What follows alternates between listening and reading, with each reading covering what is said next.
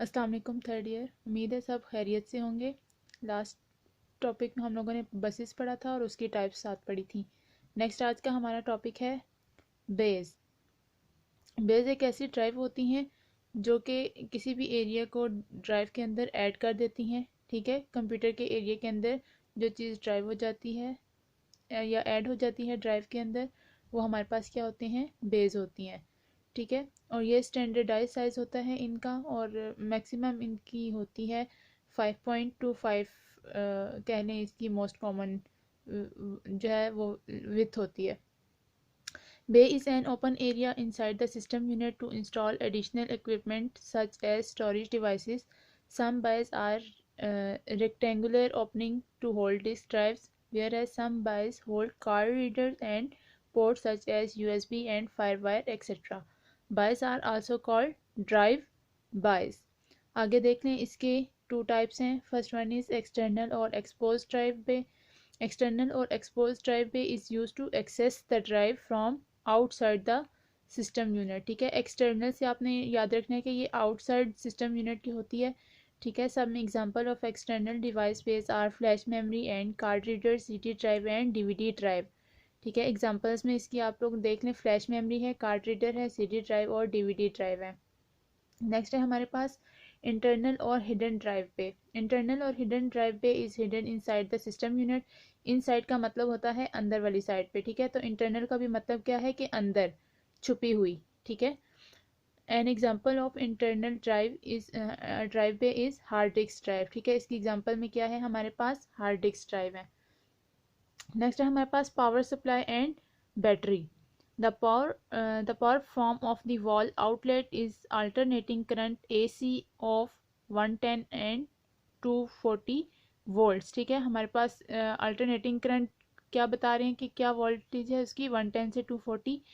Different components of the computer systems require direct current. ठीक है, कुछ कंप्यूटर सिस्टम ऐसे होते हैं जिनको डायरेक्ट क्या है, करंट ज़रूरत होता है, ranging from 3 to more than 15 volts. कितने से, 3 से 15 वॉल्ट्स तक। The power supply inside the system unit is used to convert alternating component to direct current. It is also decrease the voltage to the level that is required for the computer. The power supply is typically located at the back of computer case. It often it often has its own fan or for cooling। ठीक है, कुछ जो होती हैं power supply कहाँ होती हैं, computer की बैक साइड पे होती हैं, और कुछ जो है पावर्स का अपना ही फ़ैन होता है जो कि उसको सिस्टम को कूलिंग फ्राहम कर रहा होता है। The power supply connects to the motherboard, और जो पावर सप्लाई है मदर बोर्ड के साथ कनेक्ट होती है। A computer can not work without power supply. जब तक पावर सप्लाई नहीं होगी तो कंप्यूटर काम नहीं करेगा। The AC adapter is an external power supply used to recharge the battery in a notebook and to provide dependable power for operating the notebook for longer periods of time. If an AC adapter fails, it will not recharge the battery and it will not provide power to operate the notebook without a battery. It is also called AC या DC adapter या AC converter और charger. ठीक है, next चीज़ जो हमारे पास आ जाती है वो है बैटरी। ठीक है, बैटरी क्या होती है, एक ऐसा कंपोनेंट है जो कि पावर जो डिवाइसेस को पावर सप्लाई करती है।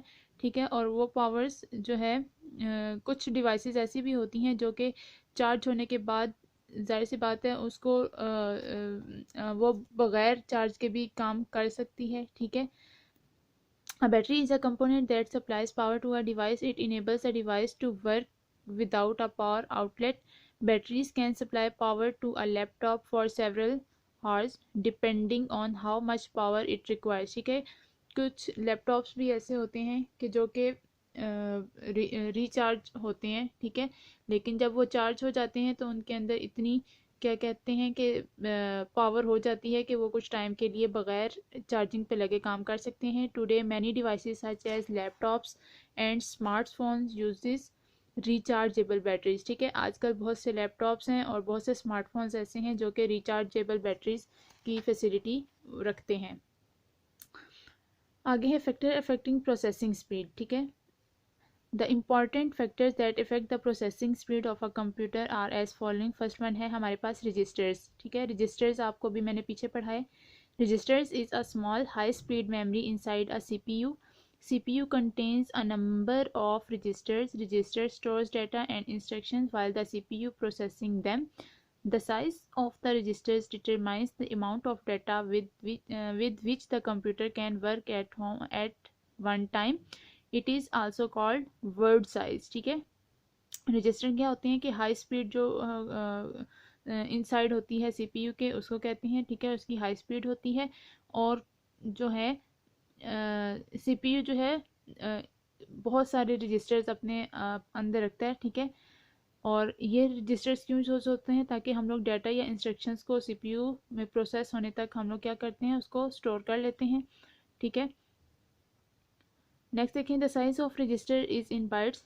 क्या होता है रजिस्टर का साइज, बाइट्स की फॉर्म में होता है। Register can be of 1 to 4 और 8 बाइट्स, ठीक है।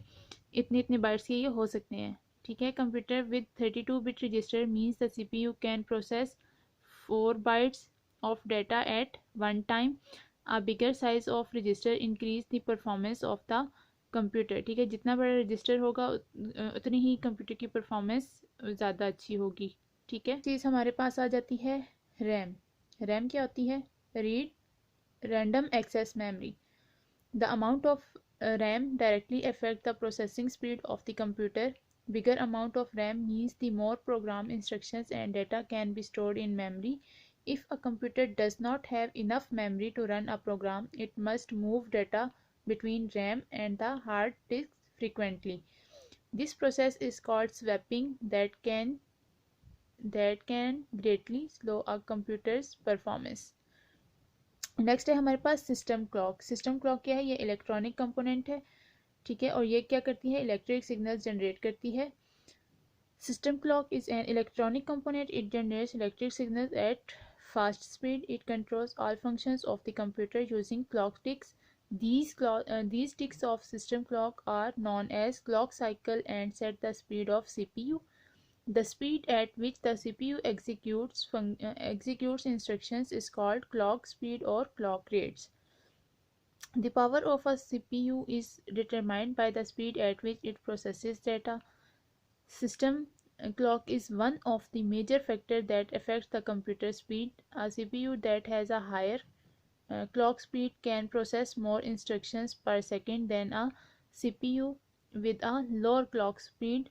For example, Core i7 processor running at 3.2 GHz will be faster than Core 1 i7 processor running at 2.66 GHz if all other components remains the same.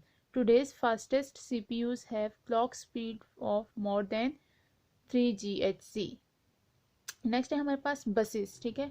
Buses भी अभी हम लोगों ने पढ़ा, ठीक है। अ बस is a path between the component of a computer. Data and instructions travel along these paths. The bus width determines how many bits can be transmitted between the CPU and other devices. Bus width also affects the performance of the computer. A higher bus width means that the bus can carry more data. It increases the performance of the computer, ठीक है। ये चीज़ें अभी मैंने आपको recently पढ़ाई हैं, इसलिए गो थ्रू ही हो रहे हैं हम इससे। अगर आप लोग पीछे याद कर लेंगे तो आगे वाला भी सेम वही है. नेक्स्ट है cache memory. The cache pronounced cash is high speed memory that holds the most recent data and instructions that have been loaded by the CPU. It is designed to speed up the transfer of data and instructions. Cache is located directly on the CPU or between the CPU and RAM. It is faster than RAM. The data and instructions are retrieved from RAM. Retrieved का मतलब क्या होता है, वापस लेना, ठीक है. When CPU uses them for the first time, a copy of that data or instructions is stored in the cache. The next time the CPU needs that data or instructions, it first looks in cache. If the required data is found there, it is retrieved from cache memory instead of main memory. It speeds up the working of CPU. The amount of cache memory has tremendous impact on the computer's speed. ठीक है। अल्हम्दुलिल्लाह हमारा आज 3rd chapter complete हो चुका है। ठीक है, आप आज का लेक्चर गौर से सुने, जो चीज़ समझ में नहीं आती आप लोग वो पूछें, ताकि पता चले कि वाकई आप लोग लेक्चर सुन भी रहे हैं। खाली डन मैम करने से ये चीज़ नहीं होती कि आप लोगों ने लेक्चर सुन लिया है। जो चीज़ समझ नहीं आती आप लोग वो पूछें। ठीक है, आज के लिए इतना ही काफ़ी है। टेक केयर, अल्लाह हाफिज़।